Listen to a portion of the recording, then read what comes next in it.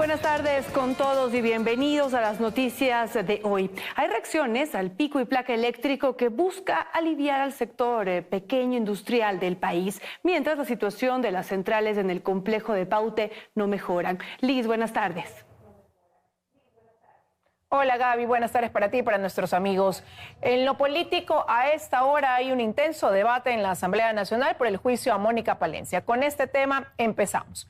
Y lo hacemos contándoles que, arrancó este proceso de fiscalización en contra de la ministra del Interior. Los proponentes la acusan por la falta del Plan Fénix y la crisis de inseguridad. Mientras tanto, Mónica Palencia lo señala de introducir pruebas a última hora. Karen Aro sigue la sesión y nos cuenta qué ocurre a esta hora. Hola, Karen. Homicidios intencionales. Hola Liz, amigos televidentes, buenas tardes. En efecto, llevamos ya 4 horas de este juicio político en contra de la ministra del Interior, Mónica Palencia. ¿Qué ha ocurrido hasta el momento? Los asambleístas del correísmo, Leonardo Berresueta y Paola Cabezas, ya tuvieron sus 2 horas para intervenir y hacer las acusaciones en contra de la ministra Palencia. A esta hora interviene la ministra Palencia, lleva más o menos 2 horas de lo que ha transcurrido en esta jornada en donde refuta las pruebas. ¿Cuáles han sido los argumentos principales de los legisladores? Se ha basado en 3. El que tiene que ver con la no existencia de un plan Fénix. Han dicho que hay cifras equivocadas de las muertes violentas, pero también han hablado de datos que no han sido revelados por parte de esta cartera de Estado. La ministra se puso de pie hace pocos minutos nada más aquí en el Pleno de la Asamblea Nacional y mostró un documento, una serie de documentos que dice que sería el plan Fénix. Pero en el siguiente reportaje yo les cuento un resumen de esta jornada. Entre aplausos de los ministros que le acompañan y los asambleístas de la bancada de ADN, ingresó la ministra del Interior, Mónica Palencia, al salón del Pleno este miércoles. Tras tomar asiento en el espacio que le habían adecuado, sus primeras palabras fueron en respuesta a los señalamientos de los asambleístas que impulsan el juicio. Que hoy he escuchado con mucha atención la forma más escandalosa que he visto en mi vida de desacreditar el pensamiento ajeno como estrategia para redimirse ante la ausencia de prueba y hasta hacia el atropello también a todo sentido democrático. Antes y por 2 horas, los asambleístas del correísmo Leonardo Berresueta y Paola Cabezas detallaron las 3 razones por las que dicen debe ser censurada y destituida de su cargo: la inexistencia del Plan Fénix, la crisis de seguridad y la no recaptura de delincuentes como alias Fito. Un juicio político por incumplimiento de funciones, por su inoperancia, por su incapacidad para liderar la política pública de seguridad. Señalan a la ministra por la falta de coincidencia en las cifras de muertes violentas. Según Berresueta, el Ministerio del Interior habló de 3.627 homicidios entre enero y julio de este año, mientras que la Fiscalía de 4.694. ¿Cómo se puede tomar decisiones de política pública con una data equivocada? Si la ministra nos dice que hay una reducción del 17% en relación al año anterior, a mí me quedan las dudas frente a las denuncias presentadas en Fiscalía, pues. Y si la Policía Nacional está dando información equivocada, la ministra toma decisiones sobre la base de esa data. Paola Cabezas la acusó de incumplimiento de funciones por la falta de uso de recursos en la política de seguridad. Reclamó que el incremento de los 3 puntos al IVA no se haya destinado a la crisis. ¿Qué ha hecho la ministra para reclamarle a Finanzas que le entregue los recursos? ¿Dónde está el resto de la plata? Porque aquí le mintieron al país, señores. Para que no los vacunen, mejor paguen los 3 puntitos del IVA. Los vacuna el gobierno y los sigue vacunando los delincuentes. Sobre estas pruebas, Palencia se defendió. Señores asambleístas, el Plan Fénix existe y es una realidad. El Plan Fénix no son 4 páginas. El Plan Fénix es un trabajo serio, profundo y responsable. Una vez se agoten las intervenciones, se abrirá el debate de los asambleístas y sobre los votos aún nada está dicho. Y la redujo a 42 en un año. Y bien, para finalizar, nada más contarles que viene de aquí en adelante. Todavía a la ministra Mónica Palencia le queda más o menos 1 hora de intervención del tiempo estipulado. Luego de ello, los legisladores interpelantes tienen 1 hora más para realizar la réplica y lo propio la ministra. A partir de allí, la presidenta de la Asamblea podría disponer ya el debate. Luego de ello, se podrá conocer cuál es el desenlace de este juicio político. Es importante también recordar que para la censura y destitución de la ministra son necesarios al menos 92 votos. empleados. Eso es cuanto les puedo contar hasta el momento desde la Asamblea. Gaby, continúas tú con más. Que tengan una buena tarde. Muchas gracias, Karen. Estaremos atentos a este juicio político. Y pese a la firma del acuerdo ministerial para modificar la jornada laboral, la Cámara de la Pequeña y Mediana Industria de Pichincha asegura que aún falta que se apruebe la parte más importante del pico y placa eléctrico. Nuestra compañera María Gracia Chacón nos amplía la información a esta hora. María Gracia, adelante. Buenas tardes. Buenas tardes, compañeras, amigos televidentes. Así es, los empleadores ahora podrán modificar la jornada laboral para que ésta sea de 10 horas diarias, 4 días a la semana. Esta fue una propuesta de la Cámara de la Pequeña y Mediana Industria de Pichincha, que sostiene que aunque este acuerdo es algo que ayuda y favorece a las industrias, no sería suficiente, pues falta lo más importante del proyecto del pico y placa energético, que es la división del país en 2 bloques energéticos. Les hemos preparado un reportaje, veamos. Con la firma de un acuerdo ministerial, los empleadores y trabajadores podrán acogerse a las siguientes jornadas laborales: de 7 a 17 horas de lunes a jueves y de 7 a 17 horas de jueves a domingo. Serán horas laborales que no rebasen las 40 horas semanales. Es el llamado pico y placa eléctrico, a través del cual buscan un alivio a la crisis de la industria generada por la crisis energética. La importancia en este camino es tener un ciclo completo laboral y no parcial como lo hemos venido generando, que dificulta la productividad en línea. Cualquier elemento que permite planificar la producción es bienvenido. Esto fue propuesto por la Cámara de la Pequeña y Mediana Industria de Pichincha en su proyecto denominado Pico y Placa Eléctrico.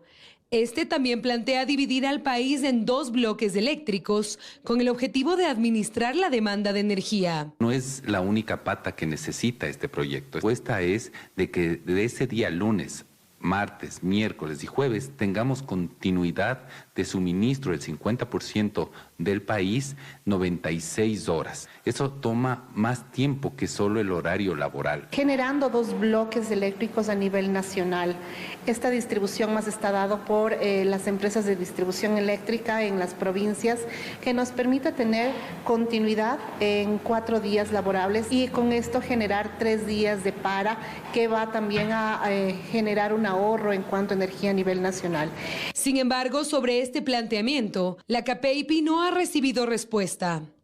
Realmente estamos muy pendientes de que el Ministerio de Energía ya defina las 2 zonas de consumo energético. ¿De qué serviría que tengamos un horario de trabajo de 10 horas en un día si no vamos a tener energía?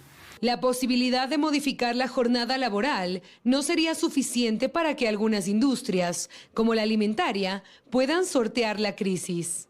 La industria láctea no va a poder pactar con las vacas. Las vacas van a trabajar 7 días a la semana y es imposible que le frenemos el ordeño cada 4 días. Para que el acuerdo ministerial se lleve a cabo de manera adecuada, las empresas deberán acordar los horarios con sus trabajadores. Sin embargo, los empleadores no podrán exigir más de 10 horas de trabajo diarias sin pagar horas extraordinarias. La crisis energética obligó al gobierno nacional a permitir que el sector privado pueda entonces modificar esta jornada laboral a 4 días de 10 horas de duración. Iván Rodríguez nos tiene reacciones, pero también nos cuenta cómo está la situación de Masar con las lluvias de ayer. Sí, ¿qué tal? Buenas tardes. Las precipitaciones de la tarde y noche de este martes no ayudaron a los caudales de los ríos de Cuenca y menos a la represa de Masar, que a esta hora muestra una cota de 2.112,86 metros, nivel que pone en peligro la generación de esta central hidroeléctrica. En tanto, el gobierno ha implementado mecanismos para enfrentar esta crisis energética. Una de ellas es el pico y placa eléctrico. De esto les contamos en la siguiente nota. Es la alternativa que plantea el gobierno nacional para enfrentar la crisis energética del país.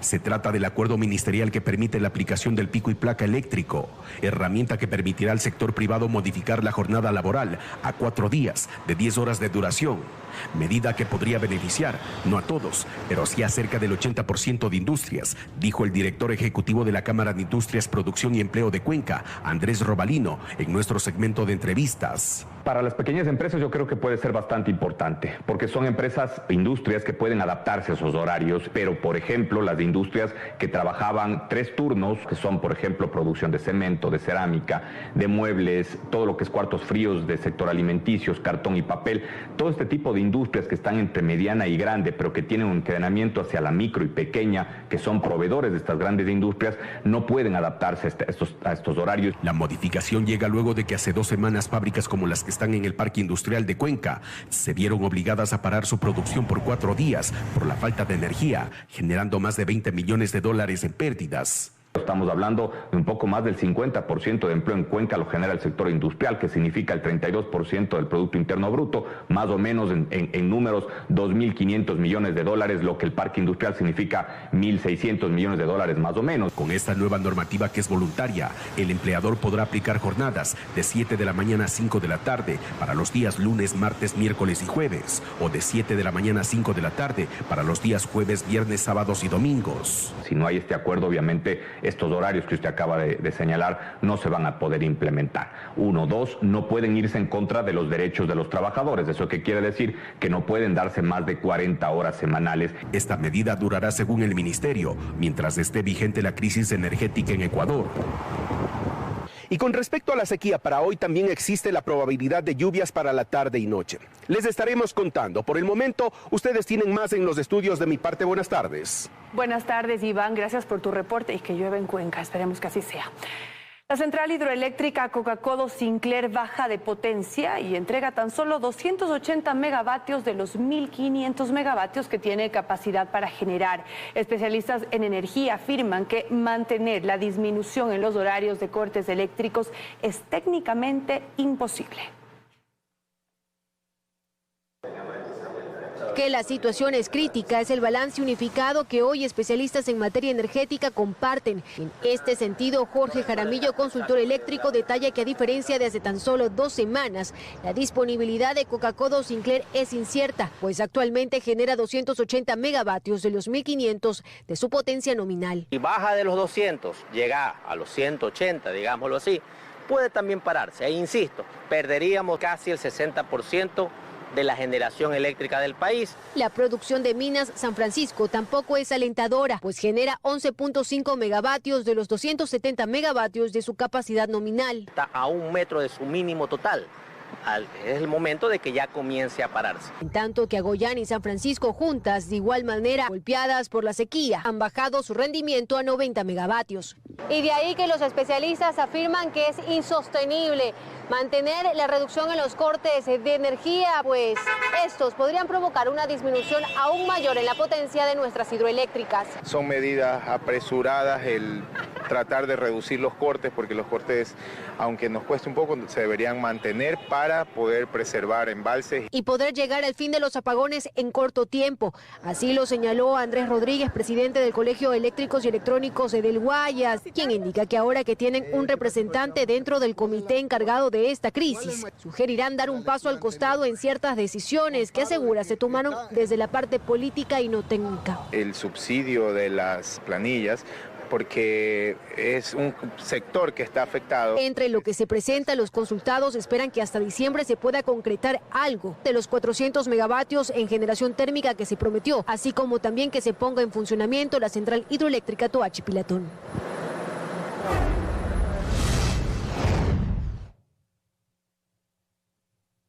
Alias Negro Willy y alias Ronco, 2 cabecillas de los Tiguerones, fueron capturados este martes en España.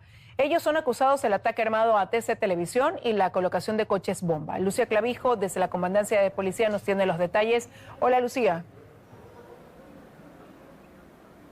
¿Qué tal, Liz? Amigos televidentes, muy buenas tardes. En efecto, a las 10 de la noche de Ecuador, 5 de la mañana en España, se logró la captura de alias Negro Willy y alias Ronco, ambos hermanos y cabecilla de los Tiguerones. Esta captura se logró precisamente en coordinación de la Unidad Antisecuestros y también la Guardia Civil de España. Ambos están acusados por los delitos de extorsión, secuestro, la colocación de coches bomba e incluso el atentado a el canal de televisión TC que ocurrió el año pasado. Según lo que informó en la Comandancia General de Policía, aquí hace pocos minutos en una rueda de prensa, ellos salieron por pasos clandestinos, salieron por Colombia y se dirigieron hacia España, en donde realizaban comercios ilícitos y también salieron con documentación falsa. A continuación, escuchemos al comandante general subrogante de la policía. Ambos se encontraban en clandestinidad utilizando documentación falsa. William Joffrey Abe, de nacionalidad ecuatoriana, alias Comandante Willy, cabecilla de los Tiguerones, tenía órdenes internacionales de captura por los delitos de asesinato, delincuencia organizada, y su hermano Alex Iván Abe, aunque no registra antecedentes, tiene órdenes de captura por secuestro extorsivo, delincuencia organizada y asesinato. Mediante exhaustivas investigaciones, las autoridades ecuatorianas determinaron que el comandante Willy era el encargado de planificar actos terroristas, mientras que Ronco coordinaba operaciones de sicariato y extorsión dentro del grupo. Y bien, de lo que se conoce también, lo que ha informado la Unidad Antisecuestros, es que ambos hermanos estuvieron aproximadamente por 1 año y 2 meses en España, en donde ejercían comercios, tratando un poco de desvirtuar su situación ilícita en ese país. A continuación, escuchemos al jefe de la Unidad Antisecuestros. El ciudadano habría salido con documentos falsos por otro país, el vecino país de Colombia, y se encontraba por el lapso de aproximadamente 1 año, 2 meses en España, donde inició unos negocios para poder desvirtuar su situación ilícita y donde nosotros logramos identificar y hacer las coordinaciones correspondientes. Y bien, lo que pasará ahora entonces es que se realizará el proceso de extradición. Primero se verificará que ambos no tengan antecedentes y que no hayan cometido delitos en España, para luego proceder entonces a su proceso de extradición y traerlos hacia territorio ecuatoriano, proceso que no se sabe exactamente cuánto tiempo podría tomar, pero se conoce que serían algunos meses. Es la información que les tenemos desde la Comandancia General de Policía. Volvemos contigo, Gaby, a estudios. Muy buenas tardes. Gracias por seguir con nosotros. El concurso para jueces y conjueces para la Corte Nacional de Justicia se extendería nuevamente ante una falta de metodología para enfrentar las fases restantes del proceso. Un cronograma tentativo apunta a la designación de los nuevos magistrados recién para abril del año 2025.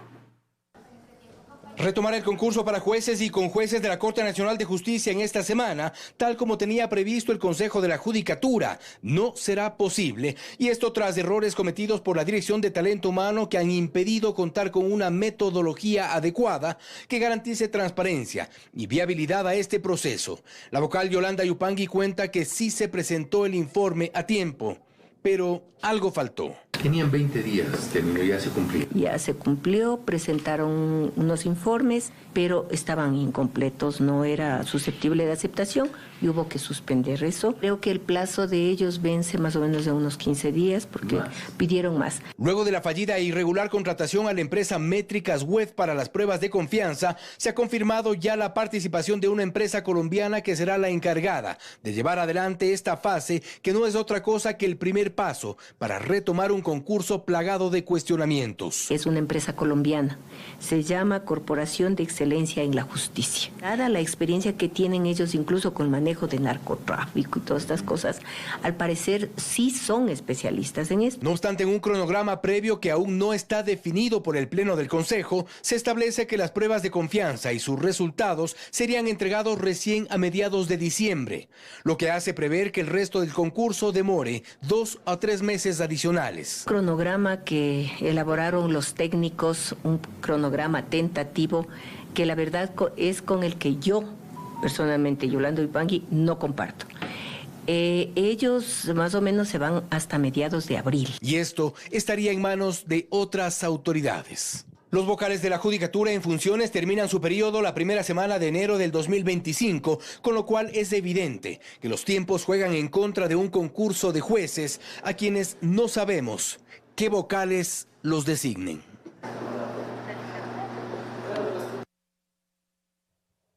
La información extraída del celular de alias El Patrón forma parte de las evidencias que se han recopilado en el marco del caso Metástasis.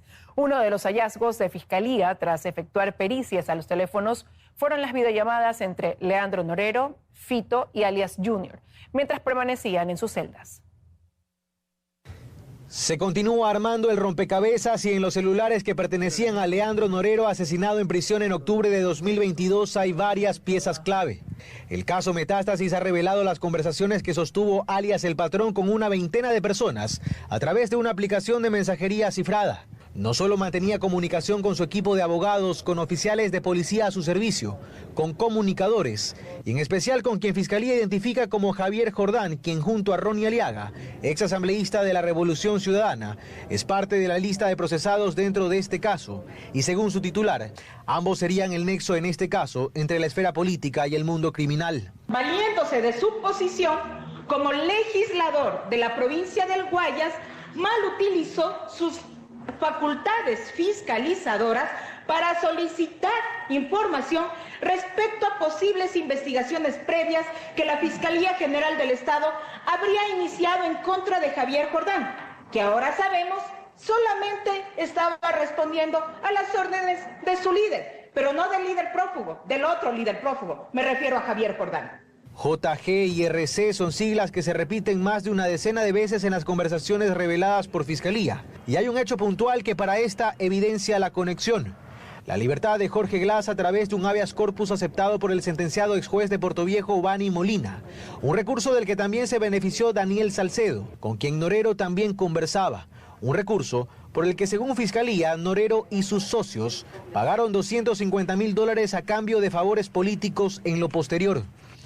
Mientras esto ocurría, Norero reforzaba sus relaciones con el mundo criminal y eso se demostró esta semana tras la explotación de sus teléfonos celulares. Entre otros, se encontraron registros de las videollamadas que sostuvo alias El Patrón con alias Fito y alias Junior, entonces al mando de la organización criminal Los Choneros, todos desde sus respectivas celdas. Más de 76 videos fueron extraídos de uno de los 3 celulares de Norero, quien hasta la fecha de su asesinato mantuvo vigentes sus operaciones criminales, pero también judiciales y políticas. Aprovechemos eso, tengamos... En Machala se registraron 2 actos terroristas con explosivos que provocaron la muerte de un hombre. Además, 3 viviendas quedaron completamente destruidas y alrededor de 5 más quedaron afectadas. Nuestra compañera Erika Vera desde la capital del Oro nos tiene los detalles. Erika, buenas tardes.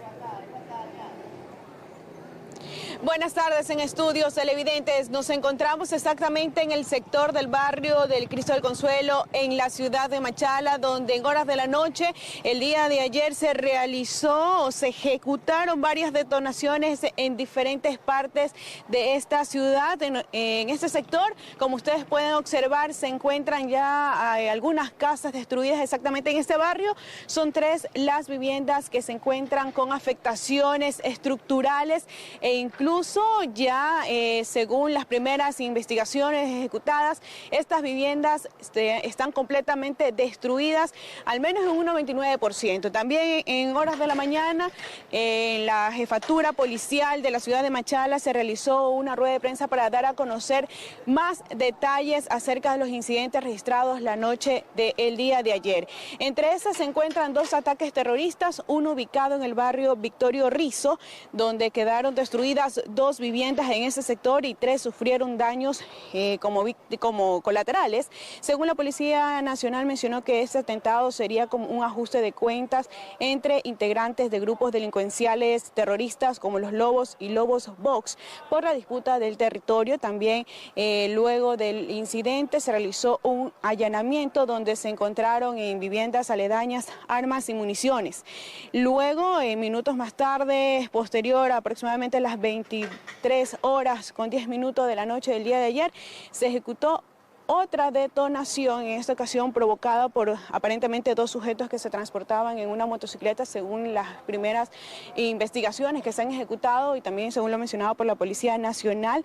Se trata de una vivienda completamente abandonada, puesto que días anteriores, exactamente 15 días atrás, en este mismo sector falleció al estilo sicariato un joven de 19 años que formaba parte también de un grupo terrorista.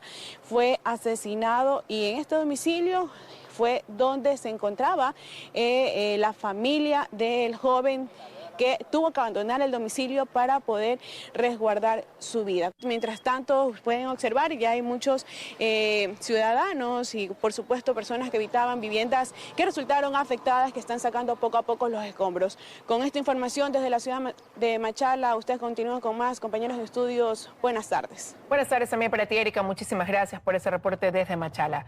Ivette Jaramillo, la joven que fue secuestrada en un negocio del sector del Cristo del Consuelo en el sur de Guayaquil, fue liberada y se encuentra sana y salva con su familia. Ella fue secuestrada días después de que su padre, propietario de un comercio en esa zona, recibiera amenazas. Este hecho alarmó a la comunidad, que seguía de cerca la situación. Tras intensas labores de rescate, la joven ha sido recuperada y ahora está de regreso con su familia, quienes expresan su alivio tras este difícil episodio.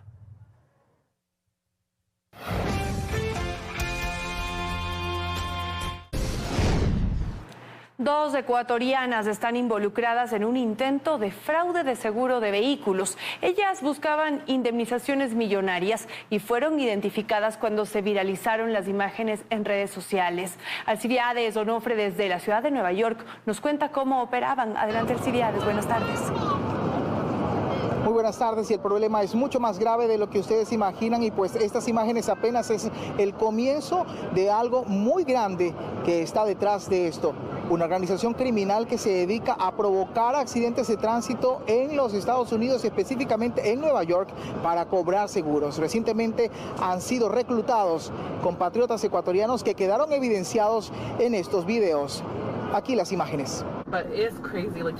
La víctima era una mujer estadounidense que conducía sola en una vía rápida de Queens. Un auto de color vino y otro gris la acecharon por detrás y por delante. Le cerraron el paso para cometer esto. ¿Qué pasa, bebé? No lo sé qué están haciendo. ¿Qué pasa, bebé? No lo sé, estoy en un accidente. Después del impacto empezaba la función de las supuestas víctimas, al momento ya identificadas como dos ecuatorianas oriundas de la provincia de La Suay y dos venezolanos. Cuando se dieron cuenta de que todo estaba siendo filmado, sus comportamientos cambiaron. El auto color vino anteriormente ya había sido parte de otro incidente similar que puso al descubierto la actuación de una de varias organizaciones delictivas que ejecutan esta modalidad en Estados Unidos. Michael Salazar, exoficial de la Policía de Nueva York y profesor de justicia penal, dice: cuando vuelves a ver el video, ves que había una bolsa cubriendo el parabrisas trasero y que estaban tratando de levantarla, aparentemente para ocultar quiénes eran los conductores. Según la Policía de Nueva York, esas estafas son dirigidas a conductores solitarios, especialmente mujeres. Lo que hacen quedar mal a nuestro Ecuador. ¿Cómo va a creer que van a venir? Si tienen que venir es a trabajar, no a hacer sus fechorías. Y este país nos ha abierto las puertas para nosotros salir adelante y no para que vengan a hacer sus fechorías. La Oficina Nacional de Delitos contra Seguros informa que este tipo de esquemas son frecuentes en áreas urbanas con mucho tráfico, como en la ciudad de Nueva York. El seguro respondería por los daños, pero el negocio de estas personas está en la indemnización por lesiones, pues podrían recibir millonarias sumas de dinero. Realmente eso se deberían de pagar, ser multados y todo eso. La víctima de este último choque los demandará por tentativa de homicidio. El fraude contra seguros se castiga con penas de hasta 10 años de prisión. En medio de la comunidad hispana y también ecuatoriana existe preocupación e indignación por ese tipo de actos que no solamente podrían cobrar la vida de una persona inocente en las vías, sino también que incrementa el precio del pago por el seguro de sus vehículos. Hasta aquí nuestro informe desde los Estados Unidos. Seguimos con más en 24 horas. Gracias, Alcibiades, por ese informe desde Estados Unidos. Y el 28 de octubre es la fecha límite para que las funciones ejecutiva, legislativa y de transparencia presenten las ternas para la renovación parcial de 3 jueces de la Corte Constitucional. La Comisión Calificadora aprobó un reglamento con 3 etapas por las que deberán pasar los candidatos. Quedan tan solo 5 días para que las funciones ejecutiva, legislativa y de transparencia presenten las ternas con los candidatos que participarán en el proceso para renovar parcialmente la Corte Constitucional. 3 de los 9 jueces que al momento la componen deberán salir por sorteo y serán reemplazados por los mejores puntuados. Estas 3 funciones del Estado deben tomar con la mayor seriedad posible este proceso y enviar los mejores perfiles posibles. La Corte Constitucional es el garante de la democracia en un país, pero asimismo es la guardiana de la Constitución. Es la que pone frenos y límites a cualquier interpretación que esté contraria a la Carta Magna. La comisión calificadora, conformada por Juan Izquierdo, Laura Flores, Sonia García, Danilo Silva, Fernando Llávar y César Druet, ya aprobó el reglamento que contiene 3 etapas por las que deberán pasar los 9 candidatos. Una vez que se entreguen las carpetas, la comisión tendrá 5 días para revisarlas y en caso de no cumplir con algún requisito, la función que lo propuso podrá reemplazarlo con otra persona por una sola ocasión. Luego vendrá la fase de impugnaciones, en donde la ciudadanía podrá motivar la falta de probidad notoria, idoneidad, entre otros. Después llegará la etapa de la evaluación de méritos que se calificará sobre 30 puntos. Veo una coherencia en torno a los puntajes en función de las especializaciones, en función de la calidad de los títulos. Sin embargo, desde mi óptica, el peso en los 100 puntos de los méritos, para mí debió haber sido superior, al menos debió haber sido del 50%. Y finalmente las pruebas escritas y de comprensión oral, que serán calificadas sobre 35 puntos cada una. ¿Quién va a preparar esa prueba? ¿Quién va a calificarla? Me parece que es importante que se aclare. Yo en estos casos siempre digo, ¿por qué no se acude a una asociación con una universidad? Así se estima que los 3 nuevos jueces serán designados el 27 de abril del 2025, aunque el periodo de los salientes finaliza en realidad el 5 de febrero.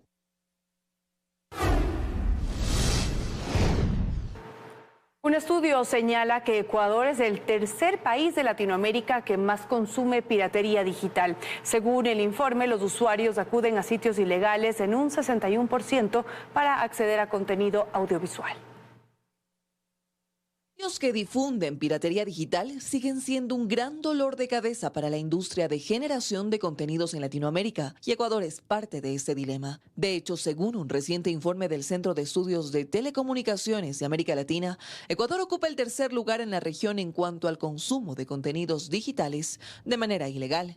En otras palabras, el documento revela que cuando los usuarios buscan en Internet contenido como series, películas o eventos deportivos, en un 61% lo hacen de forma clandestina. Como por ejemplo Magis TV, que creo que es uno de los más populares actualmente, que lo que hace es retransmitir señales a través de estas direcciones IP, y lo que hacen es entonces consumir de forma ilegal el contenido. Y que si bien eso preocupa, no resulta ser lo peor, dice el experto, pues incluso bandas delictivas y criminales estarían detrás de la venta de este contenido ilegal.